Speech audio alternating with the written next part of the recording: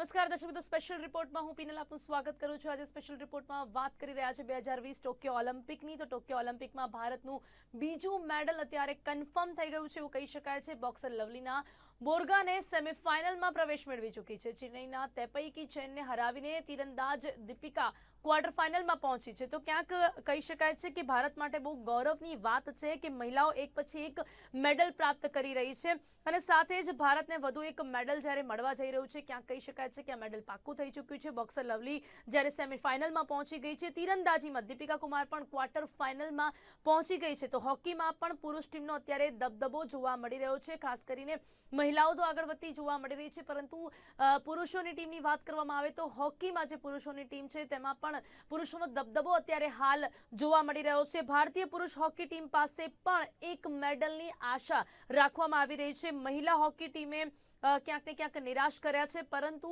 પુરુષોની જે hockey team છે તે આગળ વધતી હજી પણ જોવા મળી રહી છે અને ત્યાં પણ એક મેડલની આશા જોવા મળી રહી છે। બેડમિન્ટનમાં પણ પીવી સિંધુ પાસે પણ એક મેડલની આશા અત્યારે જોવા મળી રહી છે અને ખાસ કરીને આજે આ તમામ મુદ્દાઓ પર ચર્ચા કરીશું। ખાસ 2020 ટોક્યો ઓલિમ્પિકની વાત કરીશું આજે, જેની માટે મારી સાથે અહીંયા જોડાઈ ગયા છે સ્પોર્ટ્સ એક્સપર્ટ અશોકભાઈ મિસ્ત્રી। અશોકભાઈ, આપનું સ્વાગત છે। Thank you so much. Ashokbhai, જ્યારે આજે વાત કરી રહ્યા છે ટોક્યો ઓલિમ્પિક 2020ની, તો કહી શકાય છે કે 8મા દિવસે ભારત માટે સારા સમાચાર આવ્યા છે। અત્યાર સુધીની જે રીતના પરફોર્મન્સ આપણે દરેક ખેલાડીઓના જોઈ રહ્યા છે, જે રીતે ભારતનું વધુ એક મેડલ અત્યારે પાક્કું થઈ ચૂક્યું છે, તેવું કહી શકાય છે કે ફાઇનલી ભારત માટે હવે સારા સમાચાર આવ્યા છે। વેલ, તમારી વાત બિલકુલ સાચી છે, કારણ કે 126 ખેલાડીઓ ઓલિમ્પિક્સ માટે ગયા હતા, એમાંથી સમેટાતા હવે આપણી પાસે આંગળીના વેઢે ગણી શકાય એટલા ખેલાડીઓ ફ્રેમાં રહ્યા છે અથવા તો કોમ્પિટિશનમાં રહ્યા છે। એટલે ડેફિનેટલી કે આ ખેલાડીઓ એવા ખેલાડીઓ છે કે જે એક ભારત માટે મેડલની આશા ગણી શકાય એવા છે। એટલે એમની પાસેથી આપણે ચોક્કસ મેડલ્સની આશા રાખી શકીએ। ખાસ કરીને ગઈકાલે જ આપણને સારા સમાચારો મળ્યા હતા કે ભાઈ હોકીમાં ભારતની ટીમે આર્જેન્ટિનાને હરાવ્યું। આર્જેન્ટિના બીંગ ટ્વાઇસ જેને કહેવાય કે ચેમ્પિયન, ઓલિમ્પિક્સ ચેમ્પિયન, એ ટીમને શાનદાર રીતે 3-1થી જ્યારે ભારત હરાવ્યું ત્યારે ભારતના ખેલાડીઓ વચ્ચેનો તાલમેલ અને એક કોર્ડિનેશન જે જોવા મળ્યું હતું હોકીની ટીમમાં, એ પરફેક્ટ કોર્ડિનેશન જોવા મળતું હતું। બોલ પોઝિશન ભારતે બહુ સારી રીતે કર્યું, બોલને પાસ કરવામાં એ પણ એમણે પાસ સારા મેળવ્યા। Even goals they have done it very well. તો ક્યાંક ને ક્યાંક હોકીનું જે પ્રદર્શન હતું એ પ્રદર્શને ક્યાંક આપણને એ ગ્લોરીની યાદ અપાઈ કે જે જૂના જમાનામાં હતી। ભારતની વૈશ્વિક ધોરણે રમતગમતમાં પહેચાન જો કોઈ રમતે કરાવી હોય તો એ હોકી છે। કે ઓલિમ્પિક્સની અંદર ભારતે અત્યાર સુધી માત્ર 9 જ ગોલ્ડ મેડલ મેળવ્યા છે, એમાંથી 8 ગોલ્ડ મેડલ હોકી અપાવ્યા છે। તમે વિચાર કરી શકો છો કે ઇન્ડિવિડ્યુઅલ ખાલી એક શૂટિંગમાં મેડલ્સ મળ્યો ત્યાર પછી, એટલે કે 1900થી માંડીને 2021 સુધીમાં એક પણ ખેલાડી ઇન્ડિવિડ્યુઅલ મેડલ જીતી શક્યો નથી। ગોલ્ડ મેડલની વાત કરું છું। તો આ પ્રકારની સ્થિતિમાં અત્યારે જે ફરી એકવાર કોઓર્ડિનેશન હોકી ટીમનું જણાઈ રહ્યું છે, એ હોકી ટીમનું કોઓર્ડિનેશન આપણને મેડલ સુધી લઈ જાય એવી અપેક્ષાઓ જન્માવે છે। હજુ તો મેચો ઘણી બાકી છે। Now they are in the quarter final, એટલે ટફ ટાઈમ છે, ઇટ્સ નોટ વેરી ઇઝી। પણ તે છતાંય જે રીતના એ લોકો રમી રહ્યા છે, જે રીતે એ લોકો ફોર્મમાં છે, યાદ રહે ઓસ્ટ્રેલિયા સામે ભારત 7-1થી હાર્યું હતું, ત્યારે એમ લાગ્યું કે આ હોકી ટીમમાં કોઈ દમ નથી, પણ એ હારથી શીખી છે હોકી ટીમ અને દે કેમ બેક ફ્લાઇંગ કલર્સ। અને એ ફ્લાઇંગ કલર્સમાં પાછા આવ્યા પછી જે રીતે આર્જેન્ટિનાને હરાવ્યું, આઈ થિંક ધેટ વોઝ ગ્રેટ। અને એ પર્ટિક્યુલર જીતથી આપણે અત્યારે મેડલ્સની વાત કરી શકીએ છીએ ભારતીય હોકી ટીમની। એટલે ભારતીય હોકી ટીમનું અત્યારનું પ્રદર્શન, જે ફોર્મ છે, ખેલાડીઓના જે રીતે ગોલ કરવાની એબિલિટી જે છે, પેનલ્ટી કોર્નરને ગોલમાં કન્વર્ટ કરવાની જે શક્તિઓ છે, I think that is at the top. એટલે આપણે એની પાસેથી મેડલ્સની આશા। અરે બીજું અગત્યની વાત એ છે પિનલ, કે આપણે કનેક્ટ કરી લઈએ છીએ ભારતના લોકો સાથે। હોકી એટલે આપણે આમાં તો જીતી જ છીએ, તો એ પણ એક ક્યાંક ને ક્યાંક જોડાયેલું છે કે ભારતની હોકી ટીમ પાસે આ લેવલે પહોંચ્યા પછી, ક્વાર્ટર ફાઇનલ સુધી પહોંચ્યા પછી હવે ફાઇનલ સુધી બી જવાની આપણે અપેક્ષા રાખીએ અને મેડલ જીતવાની આશા રાખીએ, એ સ્વાભાવિક છે। એક આ સૌથી સારો સમાચાર છે। ત્યાર પછીની બીજી જો વાત કરીએ પિનલ, તો પીવી સિંધુની વાત કરવી પડે। પીવી સિંધુએ 2016 રિયો ઓલિમ્પિક્સની અંદર ભારતને સિલ્વર મેડલ જીત્યો હતો અને આપને ખ્યાલ હશે કે ગયા ઓલિમ્પિક્સમાં ભારતને માત્ર 2 જ મેડલ મળ્યા હતા, એક રેસલિંગમાં અને એક પીવી સિંધુએ જીત્યો સિલ્વર મેડલ. એટલે પીવી સિંધુને આપણે કનેક્ટ એટલે કરીએ છીએ કે ગયા વખતે એ મેડલ વિજેતા છે, ત્યાર પછીના 4 વર્ષ 5 વર્ષની જે તૈયારી કરી એ તૈયારી એની જબરજસ્ત છે. વૈશ્વિક ધોરણે જે ટુર્નામેન્ટ રમાય છે ટુર્નામેન્ટ્સમાં એનું સારું પ્રદર્શન છે અને શી ઇઝ ડુઈંગ એબ્સોલ્યુટલી વેલ. બીજી અગત્યની વાત, ઓલિમ્પિક્સની અંદર અત્યાર સુધી જે કોઈ મેચો એ રમી છે અથવા તો જે પ્રતિસ્પર્ધીને એને પછાડ્યા છે, I think they are also of A good calibre. એટલે બીજી અગત્યની વાત એ છે. ત્રીજી અગત્યની વાત એ છે કે આ ખેલાડીએ સીધી 2 ગેમમાં જ ખેલાડીને હરાવી દીધો છે. એટલે ત્રીજી ગેમ સુધી જવાનું કે ચોથી ગેમ સુધી જવાનું એવું નથી રાખતી. આ પહેલી 2 ગેમ્સની અંદર પ્રતિસ્પર્ધીને પાડી દે. એટલે કહેવાનો મતલબ એ છે કે એનો એટેક જેટલો જબરજસ્ત છે એટલું જ એનું ડિફેન્સ પણ એટલું જ મજબૂત છે. એના લોબ શોટ હોય, એના કિલ શોટ્સ હોય કે એના સ્મેશિસ હોય, ક્યાંક ને ક્યાંક it ease of A very high quality. અને આ જે રિફ્લેક્સિસ સાથે પીવી સિંધુની જે રમત છે, again it leads us to believe કે આ છોકરી આપણને ડેફિનેટલી મેડલ અપાવશે. She is in great form. અત્યારે જે એની રમત છે દેટ ઇઝ એટ સ્પીક. બીજી અગત્યની વાત, આના પછીની જે મેચ એને રમવાની છે જાપાનની યામાગુચી સાથે રમવાની છે. આ પર્ટિક્યુલર ખેલાડી સાથે પણ એનું જે રિલેશન છે 1-to-1 જે મેચોની આપણે એ કરીએ તો મોટાભાગની મેચો એ પીવી સિંધુએ જીતી છે, કારણ કે આ ખેલાડીઓ ઇન્ટરનેશનલ લેવલે વર્લ્ડ કપની અંદર બાકી બધી ટુર્નામેન્ટ્સમાં એકબીજાને સાથે રમતા જ હોય છે. તો she is a known enemy. આજે ધારો કે તમારો પ્રતિસ્પર્ધી જાણીતો હોય તો તમને ખ્યાલ હોય કે કઈ એના પ્લસ પોઈન્ટ કયા છે, કઈ એની કમ્ફર્ટ ઝોન છે, કઈ કમ્ફર્ટ ઝોનમાંથી એને બહાર કાઢવાની છે. તો આ બધી જ વસ્તુ કદાચ હું માનું છું કે પીવી સિંધુ વધારે સારી રીતે વિચારીને યામાગુચી સાથેની મેચ જીતશે એન્ડ ધેન શીલ બી ઇન ધ સેમીફાઇનલ. એટલે હું માનું છું કે ભારત માટે એટલે આશા બંધાઈ છે કે આની આગળની જે મેચ છે એના નોન એનિમી સાથે છે, એની સાથે રમી ચૂકી છે, એની રમતને જાણે છે.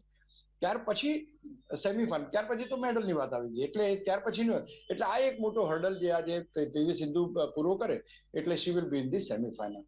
એટલે મેડલની અપેક્ષાઓ ત્યાં તમારી થઈ જાય. Now coming back to the one which you said, Lovlina. લવલીનાએ એટલું જબરદસ્ત પ્રદર્શન કર્યું છે. એક વસ્તુ ચોક્કસ છે કે જ્યારે મેરી કોમ જેવી દિગ્ગજ ખેલાડી તમારી ટીમમાં હોય તો એના ઉપર ધ્યાન બધાનું વધારે હોય. લવલીનાએ જે રીતે પરફોર્મન્સ કર્યો છે એ ક્યાંક ને ક્યાંક લોકોને ઉડીને આંખે વળગ્યો છે. Now she has reach to a stage કે જ્યાંથી એ સેમીફાઇનલમાં આવી ગઈ. અહીંયાથી આ ખેલાડી આપણને બ્રોન્ઝ મેડલ અપાવી શકે છે, સિલ્વર મેડલ અપાવી શકે છે અને ગોલ્ડ મેડલ અપાવી શકે છે. એટલે આ 3 શક્યતાઓ અત્યારે પર્ટિક્યુલર ખેલાડી પાસેથી ઉભેલી છે અને શી ઇઝ ડુઈંગ વન્ડરફુલી વેલ. એટલે હું માનું છું કે ભારતને અહીંયા પણ એક શ્યોર શોર્ટ મેડલ અને ખાસ કરીને એક સિલ્વર મેડલ તો ભારત પાસે આવી ગયો છે. વ્યક્તિગત એકમાત્ર મેડલ અત્યાર સુધી આટલા વર્ષોમાં 1900 થી 2021 સુધીમાં જીત્યો છે. આશા રાખીએ કે આ ખેલાડી ભારતને બીજો વ્યક્તિગત ગોલ્ડ મેડલ ઓલિમ્પિક્સ ઇતિહાસમાં પહેલી વાર અપાવે. We have only one we have won. તો એક જોવા મળી રહી છે.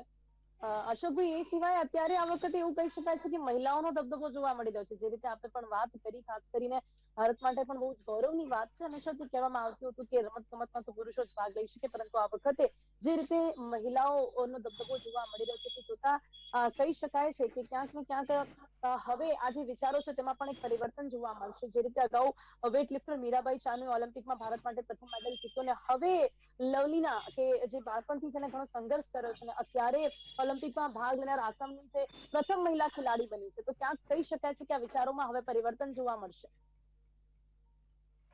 વેલ, તમારી વાત બિલકુલ સાચી છે, પણ તમે 2016 રિયો ઓલિમ્પિક્સને જુઓ ને, એમાં પણ માત્ર 2 જ મેડલ ભારતને મળ્યા હતા અને એ બંને મેડલ મહિલાઓ જ લઈ ગઈ હતી. એટલે મહિલાઓનું આધિપત્ય જે છે રમતો ઉપર એ તો ગયા ઓલિમ્પિક્સમાં પણ એસ્ટાબ્લિશ થયું હતું. અને અત્યારે પણ આ વખતે પણ તમે જે આશાઓ અત્યારે રાખી રહ્યા છો એમાં પીવી સિંધુ છે, લવલીના છે, આ બધા ખેલાડીઓ તો છે જ.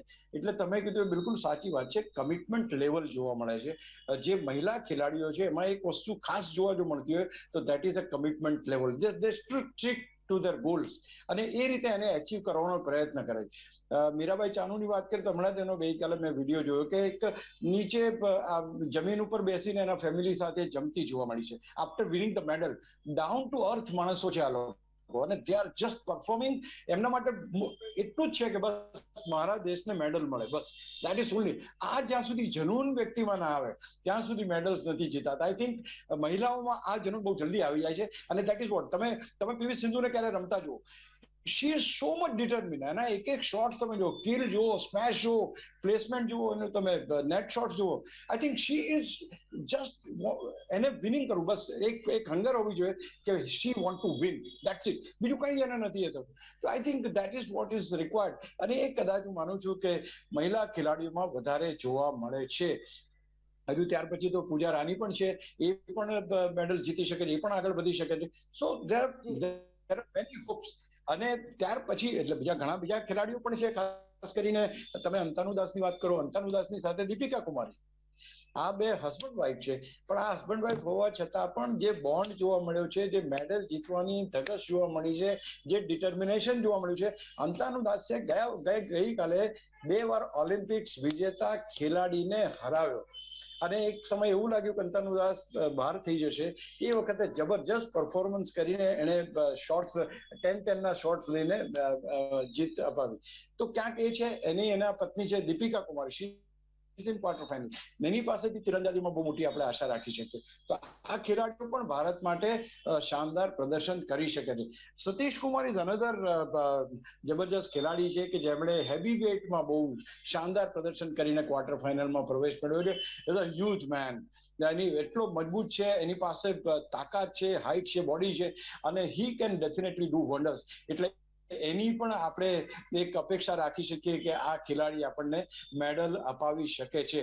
પણ coming back to your point કે મહિલાઓ શા માટે રમત ગમતમાં વધારે સફળ થાય છે, એનું કારણ એ છે કે they concentrate more on their goals instead of બીજી બધી વાતો એ કર્યા કરતા they are just want to do something and they want to go. તો આ એક જે કોન્સન્ટ્રેશન, ડિટર્મિનેશન, ડેડિકેશન, ડિસિપ્લિન, આ તમને મહિલાઓમાં મારી દ્રષ્ટિએ થોડું વધારે જોવા મળે છે. નથી કહેતો કે પુરુષોમાં હોતું જ નથી, બટ ભારતની જો વાત કરીએ તો આ કદાચ આ બાયફર્કેશન હું કહું છું એવું જ છે કે તમને કમિટમેન્ટ લેવલ જો જોવું હોય તમારે, તો હું માનું છું કે મહિલા ખેલાડીઓમાં વધારે જોવા મળે છે. પેલા જી ચોક્કસ અશોકભાઈ, આપણે મહિલા ખેલાડીઓની વાત તો કરી રહ્યા છે, પણ જયારે ઓવરઓલ પરફોર્મન્સની વાત કરી છે ત્યારે ક્યાંક ને ક્યાંક જોતા લાગે છે કે ભારતે આ ક્ષેત્રમાં થોડું ધ્યાન તો આપવું જોઈએ. કારણ કે ઓલિમ્પિકમાં 126 ખેલાડીઓ મોકલ્યા છે, છતાં પર ભારતના ખાતામાં હજી એક જ મેડલ છે, અને આ હંમેશાથી એક ચિંતા આવે છે કે રમતગમત ક્ષેત્રે ક્યાંક આપણે પાછળ તો જોવા મળી રહ્યા છે. પેનલ અત્યાર સુધી 1900 થી શરૂ થઈને આજ સુધીમાં હજારો ખેલાડીઓ ભારતના ઓલિમ્પિક્સમાં રમી ચૂક્યા છે. ભારતને માત્ર ને માત્ર 29 મેડલ જ મળ્યા છે. એટલે વર્ષોથી આ ક્ષેત્રમાં કામ થયું નથી. નાવ હવે છેલ્લા 2-3 વર્ષમાં જે રીતે આપણને બદલાવ જોવા મળે છે, જે રીતે ઇન્ફ્રાસ્ટ્રક્ચરનો વિકાસ જોવા મળે છે, જે રીતે ઠેર ઠેર મેદાનો મળતા થયા છે, એ લોકોને રમવાની જગ્યા મળતી થઈ છે, ખેલાડીઓને પ્રોત્સાહન મળતું થયું છે, ખેલાડીઓને પૈસા મળતા થયા છે, ખેલાડીઓને લાગવા માંડ્યું છે કે આપણે આમાં કારકિર્દી બનાવી શકીએ એમ છીએ. પહેલા એમ હતું કે તમે જો દોડના ખેલાડી હોય તો તમે ઘેર આવો પૂછે ભાઈ દોડવા સિવાય બીજું શું કરે તું. આજે એવું નથી. આજે જો એમ કે હું સ્વિમર છું તો એને ગૌરવ થાય કે હી ઇઝ અ સ્વિમર, કે જેને પૈસા પણ મળી રહે છે, એની કારકિર્દી પણ બને છે. તો આ અગત્યનું છે. ક્યાંક તમે એની રોજીરોટી તમે જ્યારે એસ્ટાબ્લિશ કર્યો છો કોઈ ખેલાડીની, કે તને આમાં કોઈ પ્રોબ્લેમ નહીં આવે, તો ખેલાડીઓનો વિકાસ પણ એટલો જબરજસ્ત થાય છે. નાવ ધેટ થિંગ્સ હેવ સ્ટાર્ટેડ. આ સ્ટાન્ડર્ડ સેટ થયા છે. એટલે જેમ ઇવન આની પહેલાનો મેં એક સર્વે જોયો હતો, એ સર્વેની અંદર પણ ભારતના 2020માં મેડલની અપેક્ષાઓ બહુ જ ઓછી બતાવવામાં આવી હતી. Let me be very frank. એ સર્વેની અંદર પણ એ સર્વેમાં એમ કીધું કે જે અત્યારે ખેલાડીઓ તૈયાર થઈ રહ્યા છે, એ 2024 અને 2028માં ભારતને જબરજસ્ત મેડલ અપાવવાની દિશામાં રમતો રમશે. એટલે ધ એમ ઇઝ ધેર. એ દિશામાં પ્રયત્નો શરૂ થયા છે. છેલ્લા 4-5 વર્ષમાં પ્રયત્નો વધારે સઘન થયા છે, અને હું માનું છું કે નેક્સ્ટ ઓલિમ્પિક્સમાં આપણે સારું પ્રદર્શન કરીને વધારે મેડલ લાવી શકીશું. ભારત પાસે એવરીથિંગ ઇઝ ધેર, પણ એની આબોહવા જે છે, એનું જે બોડીનું બિલ્ડિંગ તમારું છે, એ છે, તમારું વાતાવરણ જે છે, તમે જે ખોરાક ખાવ છે, એ બધું ક્યાંક ને ક્યાંક હજુ જે ફોરેન કન્ટ્રીઝની અંદર ખેલાડીઓ તૈયાર કરવામાં વપરાય છે એટલું નથી વપરાતું, અથવા તો એ રીતે આપણે સેટ નથી કરી શકતા. બીજી અગત્યની વાત, અહીંયા ભણવાનું મહત્વ વધારે છે. 10મા ધોરણમાં આવે એટલે એની રમતો ઊંચી મૂકી દે, ભણવામાં ધ્યાન આપે. તો આ એક વસ્તુ છે કે જ્યારે તમે એવું શ્યોર કરશો ખેલાડીને કે તારે નહીં ભણે તોય તું આ પર્ટિક્યુલર રમતમાં તારું રોજીરોટી ને ગુજરાન ચાલી શકશે સારી રીતે, તો I think that is only required. તમારી પાસે નાનપણથી ખેલાડીઓને તૈયાર કરવાની એક સિસ્ટમ હોવી જોઈએ. That is started with the Khel Mahakumbh, અને એ ખેલો ઇન્ડિયા અને ખેલો એની અંદર પણ એ આપણે એસ્ટાબ્લિશ થતી જોવા મળે છે. પણ એના જે પરિણામો આવવાના છે એ પરિણામો હજુ સુધી આવ્યા નથી. એટલે it's a eye opener for all those જે આની સાથે સંકળાયેલા જે સત્તાધીશો છે અથવા તો જે કોઈ ઓફિશિયલ છે, એમના માટે આઈ ઓપનર છે. કેમ આટલા બધા ખેલાડીઓમાંથી ભારત આ માત્ર 5 ખેલાડીઓ ઉપર જ મેડલની આશા રાખી છે? એ તો મોટો સવાલ છે. અને હું માનું છું ત્યાં સુધી એ દિશામાં પ્રયત્નો શરૂ થયા છે. આનાથી વધારે સઘન પ્રયાસોની પણ જરૂર છે. જી જી અશોકભાઈ, ક્યાંક ને ક્યાંક આ વખતે મેરી કોમ જેવી ખેલાડી કે જેના પર ઘણી આશાઓ હોય ને જ્યારે ઓલિમ્પિકમાંથી આઉટ થઈ ગઈ તો ક્યાંક ખૂબ જ નિરાશ થયા છે લોકો, એવું કહી શકાય છે મેરી કોમના ઓલિમ્પિકમાંથી આઉટ થવાથી. વેલ, મેરી કોમ એક દિગ્ગજ ખેલાડી છે. એ માત્ર ખેલાડી ભારતની નથી, she is a international player. એટલી બધી ઇન્સ્પિરેશનલ ખેલાડી છે કે એનું ત્યાં આવવું જ મહત્વનું હતું. કારણ એટલા માટે કે 38 વર્ષની ઉંમર, 30 એની ઉંમરની તમે વાત કરો, એના જે મેડલ્સ અત્યાર સુધીમાં 6 વાર વર્લ્ડ ચેમ્પિયન બની છે, એનું કોન્ટ્રીબ્યુશન ટુ ધ ગેમ જુઓ, એના ખેલાડીઓ સાથેના બોન્ડ જુઓ, બ્રાન્ડ એમ્બેસેડર છે વિશ્વની. હું તો કહું છું એ છે વર્લ્ડ બ્રાન્ડ એમ્બેસેડર. તો હું માનું છું કે એક મેચ હારો, અને બીજું કે આ મેચ હાર્યા પછી પણ ક્યાંક ને ક્યાંક ઘણા બધા સવાલો તો ઉભા થયા જ છે કે જે રેફરીઝ હતા, જે એમ્પાયર્સ હતા, જે એને પણ ક્યાંક ને ક્યાંક ગણતરીમાં કઈ ભૂલ થઈ છે કે કંઈક તો થયું છે કે જેથી કરીને આ ખેલાડીને અન્યાય થયો એવું પણ લાગે છે. એ આપણે બાજુમાં મૂકીએ તો પણ મેરી કોમે આ ઓલિમ્પિક્સમાં ભાગ લીધો, એ જ હું માનું છું કે ઓલિમ્પિક્સ માટે મહત્વની વાત છે. ભારત માટે તો છે જ. એટલે એના મેડલ્સ મળવાથી કે ના મળવાથી એવું નથી કે એના સિવાય એનાથી આગળ કંઈ જ નથી. પણ એણે જે પ્રેરણા પૂરી પાડી છે, એણે જે ખેલાડીઓ તૈયાર કર્યા છે, એણે જે બોક્સિંગની અંદર ખેલાડીઓને આવવા માટે ઇન્વાઇટ કર્યા છે. તમે જુઓ આજે કેટલા ખેલાડીઓ તમારા લવલીના છે, તમારી પાસે પૂજારાની છે, તમારી પાસે સતીશ કુમાર છે. So there are plenty of people કે જેને આ ખેલાડી ઇન્સ્પાયર કરે છે.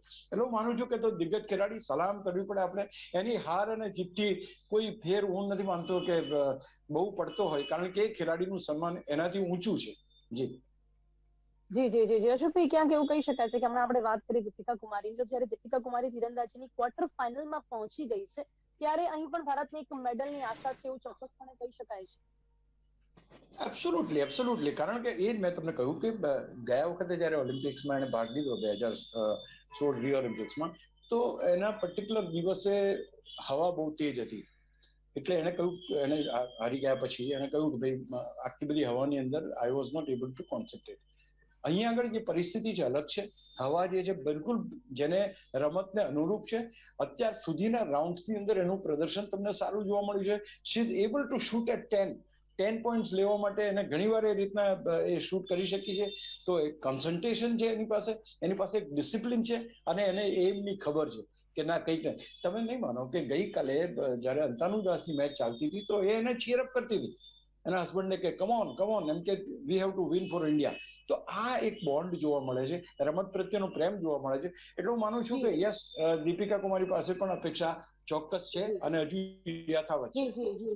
જી અશોકભાઈ, અમારી સાથે જોડાવા બદલ આપનો ખૂબ ખૂબ ધન્યવાદ. તો અહીંયા ખાસ કરીને 2020 ટોક્યો ઓલિમ્પિક વિશે ખાસ વાત કરવામાં આવી હતી, ને જે રીતે અત્યારે હાલ જોવા મળી રહ્યું છે, જે પ્રકારની પરિસ્થિતિ અત્યારે હાલ જોવા મળી રહી છે, ટોક્યો ઓલિમ્પિકમાં ભારતનું બીજું મેડલ જે છે તે કન્ફર્મ અહીંયા લાગી રહ્યું છે. બોક્સર લવલીના વર્ગોને સેમીફાઇનલમાં પહોંચી ગઈ છે, સાથે જ તીરંદાજ દીપિકા પણ ક્વાર્ટર ફાઇનલમાં પહોંચી ગઈ છે. તો ત્યાં પણ ભારત મેડલની આશા જોવા મળી રહી છે. તો ભારતનું વધુ એક મેડલ અહીંયા પાકું જોવા મળી રહ્યું છે. મહિલા હોકી ટીમે ક્યાંક નિરાશ કરી છે, પરંતુ તેની સામે જ્યારે વાત હોકીની હોય ત્યારે તમામ ભારતીયોને વધુ આશા ત્યાં જોવા મળતી હોય છે. ત્યારે ભારતીય પુરુષ હોકી ટીમ પાસે પણ મેડલની આશા જોવા મળી રહી છે. તો તેની સાથે જ ખાસ સ્વિમર માના પટેલના કોચ કમલેશ નાણાવટીની સાથે અમારા સંવાદદાતા મહેદીપસિંહ રાઠોડે ખાસ વાતચીત કરી હતી. આવો સાંભળીએ.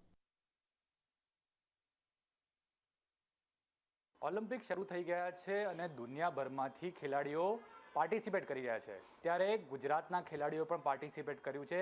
ત્યારે એક પછી એક મેડલ અહીં આવતા જાય છે અને આ એ જ વિષય પર આપણી સાથે વાત કરવા માટે જોડાયા છે કમલેશભાઈ નાણાવટી સાથે વાત કરીશું. કમલેશભાઈ, માના પટેલે પણ ભાગીદારી કરી હતી, એમાં હિસ્સો લીધો હતો. કેટલા વર્ષ તમારી પાસે શીખી અને કયા કયા પ્રયત્નો તમારા દ્વારા થયા? જો માના પટેલ છે ને 2010થી મારી પાસે આવી હતી અને ત્યારબાદ ડે બાય ડે એને પરફોર્મન્સ ઇમ્પ્રૂવ થતું ગયું છે. ત્યારે સબ જુનિયરમાં ચેમ્પિયન થઈ, જુનિયરમાં ચેમ્પિયન થઈ, સિનિયરમાં ચેમ્પિયન થઈ, ઇન્ડિયાનું બેસ્ટ પરફોર્મન્સ આપ્યું. એટલે ડે બાય ડે એની પરફોર્મન્સ સુધરતું ગયું છે અને એને ઇન્ટરનેશનલ લેવલે પાર્ટિસિપેટ. મેઇન પ્રોબ્લેમ કે એને કોમનવેલ્થ ગેમ રમવા નથી મળી, એશિયન ગેમ રમવા નથી મળી, વર્લ્ડ ચેમ્પિયનશિપ નથી અને સીધી ઓલિમ્પિક રમવા મળી છે.